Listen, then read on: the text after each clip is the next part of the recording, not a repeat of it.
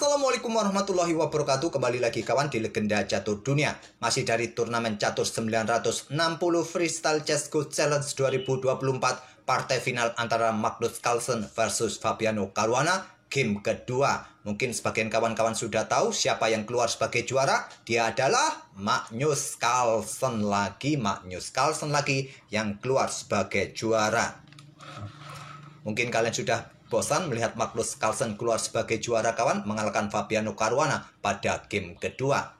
Tempat ketiga ada Levon Aronian yang berhasil mengalahkan Nordibek Abdusattorov. Kemudian tempat kelima ada Alireza Firoza yang kemarin menang atas Domara Djurgården pada game pertama. Game kedua berakhir match, sedangkan juara dunia klasik Ding Liren kalah lagi kawan.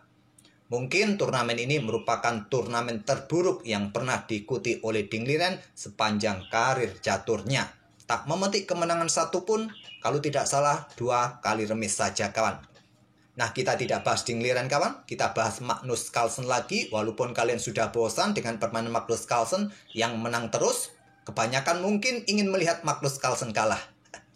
Tapi gimana lagi kawan, pemain terbaik saat ini, pemain terkuat saat ini, mau game apa, catur 960 sudah terbukti menang. Catur blitz, bullet, rapid sudah pernah dimenangkan oleh Magnus Carlsen. Walaupun ini bukan kejuaraan dunia kawan, tapi ya sudah cukup bagi Magnus Carlsen saya rasa untuk membuktikan bahwa dia adalah pemain terbaik sepanjang sejarah. Atau paling tidak 10 terakhir ini ya Magnus Carlsen ini sudah tidak ada lawan kawan. Nah, kita sekarang ke papan analisisnya dan coba perhatikan buah di atas papan ini kawan. Buahnya diacak sedemikian rupa, raja berada di lajur D berdampingan dengan benteng. Ini memungkinkan raja bisa langsung rokade di langkah pertamanya. Kedua pemain bisa rokade di langkah pertama. Sepasang kuda berdampingan kawan.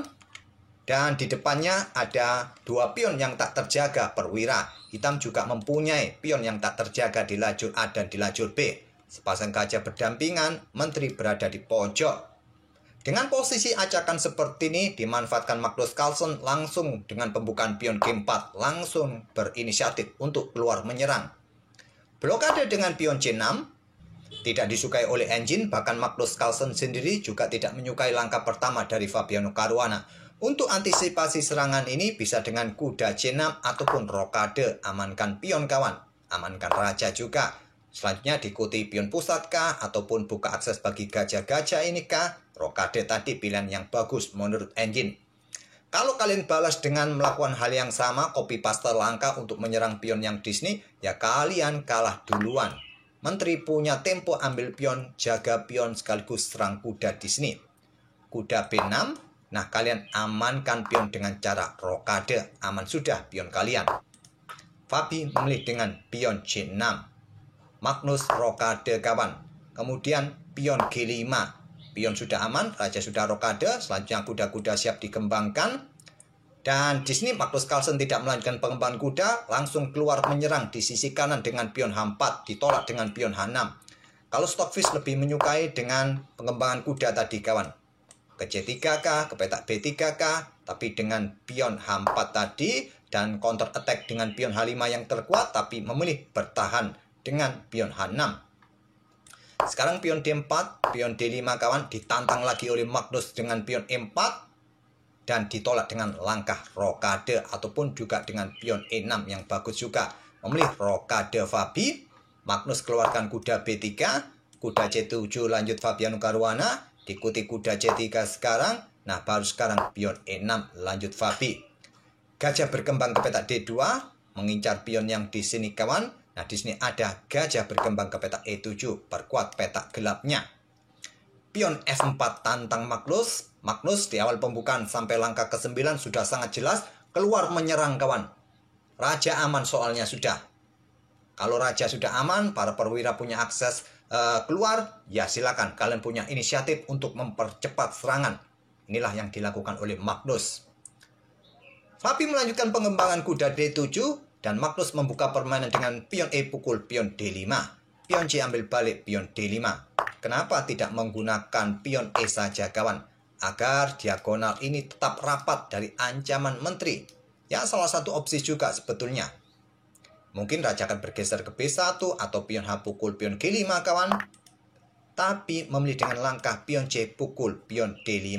Nah sekarang pion F pukul pion G5. Pion H ambil balik pion G5. Magnus dorong pion H kawan. Sekarang mempunyai pion bebas. Apakah nanti bisa promosi? Kita lihat saja. Kuda B6 di sini lanjut Fabi. Kemudian gajah berkembang ke D3 lanjut Magnus. Menteri keluar ke peta H6 kawan. Diikuti benteng G ke F1 untuk mengawal lajur G yang sudah semi terbuka. Diikuti benteng F8 untuk perkuat pertarungan di peta F5 sudah sangat jelas agar permainan terbuka dan pion ini terpisah menjadi lemah kawan. Menteri bergeser ke G1 diikuti gajah berkembang ke peta C6 lanjut Fabi. Gajah E1 reposisi kawan mungkin siap menempati diagonal ini. Langsung dihadang dengan gajah D6, ditantang dengan gajah G3, diterima Fabi, ambil balik oleh menteri, kemudian kuda bergerak ke C4 menempati outpost yang bagus. Benteng D bergeser ke E1 pilihan Magnus kawan. Yang terkuat langsung sikat kuda yang mengganggu area pertahanan kawan. Kemudian kuda ini bisa bergerak ke peta A5, coba ancam gajah, garpu pion di sini, ataupun mundur ke peta D2 juga langkah yang bagus kawan, sedikit lebih kuat. Tapi memilih dengan langkah benteng D E1 Magnus Carlsen. Sekarang kuda bergerak ke peta D6 mundur kawan, agar tidak disikat oleh gajah dan pionnya tidak akan lemah. Kuda C5 pilihan Magnus juga menempati outpost yang bagus. Di sini ada pion F5. Sekarang tantang Fabi. Ditolak menteri ke peta E5. Mencoba mendapatkan pion yang di sini kawan. Nah di sini diblokade jalur dukungan kawan. Andai saja di posisi ini kalian melanjutkan dengan pion pukul pion untuk memperlemah pion yang di sini kawan, maka benteng pukul benteng terlebih dahulu ambil balik oleh menteri kah? Kalau menggunakan benteng di sini kawan, menteri akan mendapatkan kuda. Tentu menggunakan menteri ambil balik benteng putih. Nah di sini kuda akan ambil pion ini kawan. Garpu menteri garpu benteng. Tentu pertukaran kuda ambil balik oleh menteri kawan. Nah mungkin gajah D7 untuk menyerang menteri, menjaga pion di sini kawan. Tapi posisi menteri sangat aktif dan menteri bisa mendapatkan satu pion lagi di sini. Dan pionnya ini juga sangat menakutkan dengan dukungan gajah kawan. Oke, kembali lagi ke langkah aslinya. Jadi memilih dengan langkah kuda ke E4 untuk blokade dukungan dari benteng. Pion A4 lanjut Magnus, kemudian kuda ambil kuda C3. Fabi melanjutkan langkah blunder kawan. Yang terkuat ambil kuda C5 kawan. Agar tidak ada dukungan bagi menteri untuk mendapatkan pion E6.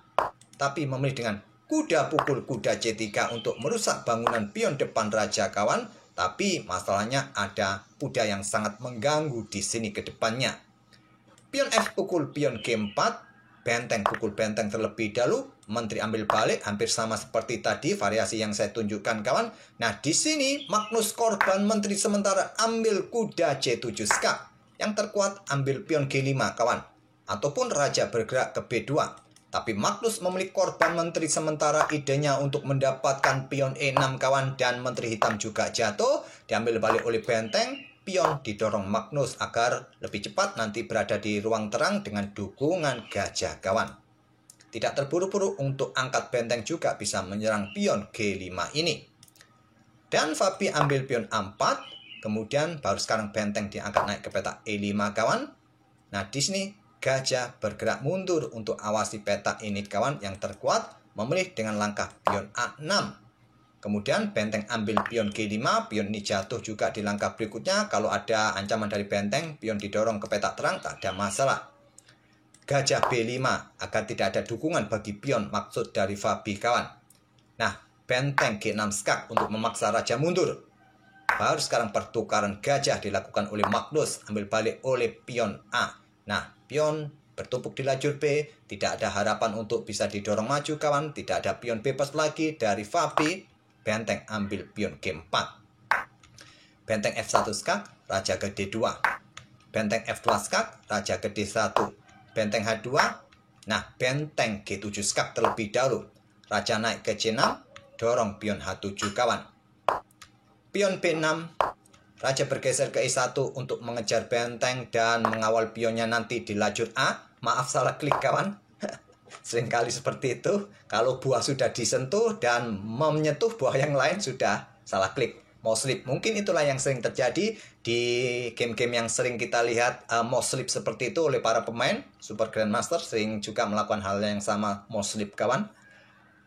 Di sini pion B4, lanjut Fabi, merelakan pionnya untuk merusak struktur pion putih kawan. Diterima, tapi percuma, pion didorong dan koneksinya nanti akan semakin kuat 3 pion kawan. Raja B5, pion C3, Raja C4, benteng C7 skak. Aman pion kawan. Benteng mengawal pionnya sendiri dan mengawal pion C kawan. Raja siap mendekati benteng, nanti naik mengejar mengawal pion ini, bisa promosi, idenya seperti itu. Raja D3, Raja F1, Raja E3, Raja G1, benteng H6, Raja naik ke G2, sudah di posisi ini di langkah ke-44, Fabiano Caruana menyerah. Kalaupun permainan tetap dilanjutkan, ambil contoh Raja ini bergerak ke petak F4 untuk menghadang pergerakan Raja Putih kawan. Di sini bisa dibalas dengan langkah pion B5, membuat langkah menunggu. Dan kalian mau bergerak seperti apa? Apakah menghadang pergerakan Raja dengan ke petak G5 ini? Ya, Raja ini bisa ke petak F2 untuk nanti juga, ataupun juga ke petak F3 mungkin di sini kawan. Ya, ada benteng ini melakukan skak. Tak ada masalah juga sebetulnya. Raja bergerak ke petak G2 lagi. Benteng ini mundur. Nah, kalian bergeser saja ke F2. Kalau ada skak mondar-mandir kawan, bergerak ke petak E3. Tetap nanti kawan, walaupun pion ini jatuh, pion-pion di sini akan dipredeli oleh benteng. Sementara memang terlihat skaknya mondar-mandir, tapi ide berikutnya ya pion-pion ini lemah, bisa diambil oleh benteng putih. Pion yang di sini sebelah kiri yang lolos walaupun pion ini jatuh. Tak perlu saya perpanjang, kalian pasti sudah tahu ide sederhananya seperti itu. Oke, itulah kawan permainan game kedua antara Magnus Carlsen versus Fabiano Caruana di final tadi malam. Selamat buat King Magnus yang kembali menjadi juara setelah menjadi juara seri pertama Champion Chess Tour turnamen online. Dan kita akan bertemu di video-video berikutnya. Terima kasih. Wassalamualaikum warahmatullahi wabarakatuh.